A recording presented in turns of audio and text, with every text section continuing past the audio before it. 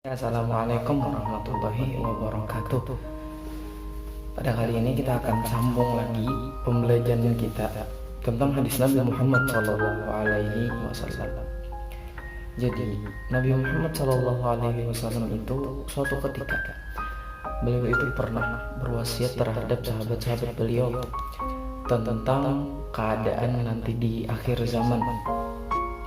Salah satu hadisnya kata Nabi Muhammad SAW adalah, nanti di akhir zaman akan datang suatu ketika di mana manusia itu yuhibbuna dunya wa yansawna al-uquba.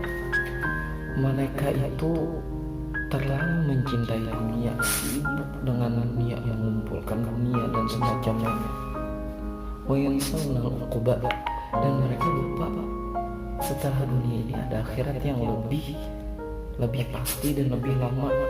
Karena hadis Nabi Muhammad SAW menerangkan bahwasanya dunia ini seakan-akan ibarat kita di perjalanan itu kita hanya singgah sebentar.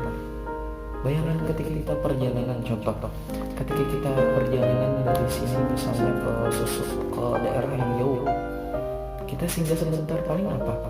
Paling makan sebentar atau istirahat sebentar, sholat sebentar, tidak ada yang lama. Lebih lama perjalanan lagi, bahkan lebih lama tempat tujuan kita. Di tempat tujuan itu yang kita akan berdiri lama. Jadi ketika kita hanya menyibukkan dunia dan melupakan akhirat, seolah-olah kita ini menyibukkan diri di tempat yang sebentar dan di tempat yang lebih lama dan kekal kita seperti tidak peduli. Bahkan ulama itu menyatakan bahwasanya dunia ini ibaratkan sebuah kayu yang rapuh yang dibawa berjalan, dan akhirat itu diibaratkan tongkat emas yang dibawa berjalan. Kita milih yang mana? Kita milih kayu yang rapuh untuk dibawa berjalan, kan rapuh. Kayu ini ketika rapuh kita bawa berjalan sebentar atau beberapa masa akan tambah rapuh dan ujung-ujungnya patah. Ketika kita ingin memilih emas yang kokoh, kita bawa berjalan sampai kapanpun dia akan tetap kuat. Nah, jadi dunia ini adalah tempat yang tidak kekal, dan ketika kita hanya menyibukkan diri dengan dunia dan melupakan akhirat, kita pasti akan rugi yang luar biasa. Dan yang kedua, di zaman itu juga ada orang-orang yang yuhibbuna ad-dura wa yansawna al-qubur. Mereka itu sibuk hanya membangun rumah-rumah, tapi mereka lupa rumahnya sebenarnya itu kapannya itu dikubur. Sebesar-besarnya rumah yang kita buat ketika di dunia, ujung-ujungnya akan menjadi liang lahat, akan jadi kubur. Tidak ada jaminan kubur kita luas. Bahkan semua kubur orang itu ukurannya sama, relatif sama, kurang lebihnya sama aja, paling 2 meter kali semeter kali 2 meter, seperti itu lah. Jadi kubur ini yang lebih penting daripada rumah. Kita harus memikirkan bagaimana kubur kita dihiasi, dan cara menghiasi kubur itu dengan amal soleh. Bukan kita hanya memikirkan cara menghiasi rumah di dunia, bagaimana rumah ini supaya supaya dingin, bagaimana rumah ini supaya nyaman dan seterusnya, bagaimana fasilitas di rumah supaya lengkap. Iya, di samping kita memikirkan itu, pikirkan juga rumah kita selanjutnya, rumah yang akan menjadi penentu kita di akhirat, bagaimana nasibnya. Sayyidina Utsman pernah mengatakan bahwasanya kubur itu adalah kuncinya. Ketika di kubur itu kita sudah merasakan kenyamanan, maka kemungkinan besar bahwasanya di akhirat nanti urusannya pun akan nyaman. Akan tetapi ketika kita dikubur itu sudah merasakan kesulitan dan siksaan, maka di akhirat akan lebih besar. Jadi bukan hanya memikirkan menghiasi rumah, tapi pikirkan juga menghiasi kubur itu bagaimana, itu dengan amal soleh, berbanyak ibadah dan seterusnya. Dan yang ketiga, orang-orang di zaman itu juga ada yang yuhibbuna al-mal wa yansawna al-hisab. Mereka itu terlalu mencintai harta dan melupakan ada hisab di balik harta tersebut.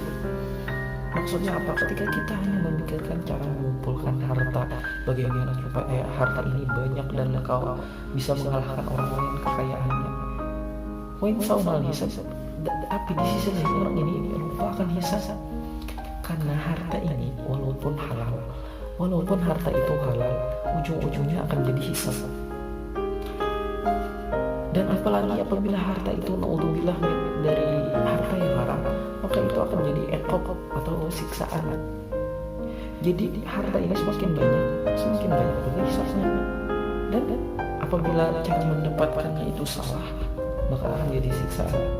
Yang harus kita pikirkan adalah hisab, bagaimana harta tersebut, harta yang kita miliki, kita akan mudah mempertanggungjawabkannya nanti di akhirat. Kita punya harta sejuta, kita pakai apa? Kita pakai menafkahi keluarga, kita pakai bersedekah, kita pakai membantu orang lain. Itu hisabnya akan mudah. Tapi harta bukan hanya cara mendapatkan, bukan hanya sampai situnya, tapi setelah harta itu kita miliki, pertanyaan selanjutnya kita gunakan untuk apa? Kalau kita hanya memperkaya diri kita, menyombongkan diri, harta itu akan menjadi hisab yang berat bagi kita nanti di akhirat. Jadi dipikirkan juga, bukan hanya cara mengumpulkan, tapi cara mempertanggungjawabkan nanti di akhirat. Dan selanjutnya, orang di dunia ini di zaman itu, mereka itu yuhibbuna al-'iyal wa yansawna al-hur. Mereka itu mencintai keluarganya dengan cinta yang sebenar-benarnya, wa yansawna al-hur, dan mereka lupa di surga nanti ada bidadari. Artinya apa? Jangan lupa ada nikmat yang lebih besar nanti di akhirat di surga. Jangan terlalu menaruh hati di dunia. Kenapa? Semakin kita terikat dengan dunia, ketika kita meninggal, maka pikiran kita pun akan sulit untuk melepaskannya. Ujung-ujungnya naudzubillah kita akan menjadi suul khatimah. Jadi kita harus mengkondisikan hati kita ini. Seberapa banyak pun nikmat yang kita dapat, kita harus memikirkan ada nikmat yang lebih besar nanti di akhirat. Jadi ketika kita hati sudah seperti itu, ketika kita meninggal, kita akan meninggalkan dunia dengan tenang. Jadi tidak ada yang ibarat kata orang tua roh gentayangan atau matinya tidak tenang. Jadi itu kuncinya. Ketika kita memikirkan nikmat akhirat yang lebih besar, maka kita akan mudah melepaskan nikmat yang kecil-kecil di dunia ini. Seberapa besar pun nikmat di dunia akan lebih besar nikmat di akhirat. Jadi ketika kita meninggal dunia akan lebih nyaman. Itu. Dan yang terakhir, yang kelima adalah mereka itu yuhibbuna an-nafsa wa yansawna Allah. Mereka itu terlalu mencintai diri dan melupakan Allah. Sehingga apa jadinya? Apa yang nafsu suruh, apa yang diri suruh, hawa nafsu arahkan, dia turuti terus. Tapi dia mau yansawna Allah, tidak memikirkan Allah. Coba pikirkan Allah dalam setiap perbuatan. Aku melakukan ini, apakah Allah suka? Aku melakukan ini, apakah Allah marah? Dan seterusnya. Itu Allah itu harus kita pikirkan. Allah kita pikirkan Allah ketika kita melakukan apapun, bersikap apapun, mengatakan apapun. Kita pikirkan ketika Allah hadir di situ, apakah Allah suka dengan perbuatan kita? Apakah Allah marah dengan perbuatan kita? Itu harus dipikirkan, jangan sampai dilupakan. Itu. Bahkan kata Nabi, orang yang 5 ini, yang pertama, orang yang terlalu memikirkan dunia dan melupakan akhirat, orang-orang yang terlalu memikirkan rumah dan melupakan kubur, orang-orang yang terlalu memikirkan harta dan melupakan hisab, orang-orang yang terlalu memikirkan keluarga atau nikmat-nikmat yang kecil dan melupakan nikmat-nikmat yang besar di akhirat, orang-orang yang mencintai dirinya, terlalu memikirkan dirinya dan melupakan Allah. Kata Nabi apa? Hum minni bura'un, mereka adalah orang-orang yang jauh dariku nanti di hari kiamat. Wa anna minhum bari'un, dan aku pun akan menjauh dari mereka. Dan orang-orang ini yang akan dijauhi Nabi di hari kiamat. Bahkan ketika Nabi sudah berlepas, kemungkinannya Nabi tidak akan mengakui mereka sebagai umat Nabi Muhammad SAW. Jadi mudah-mudahan kita dapat mengamalkan ini dan kita bisa menjadi orang-orang yang diakui Nabi Muhammad SAW nanti di hari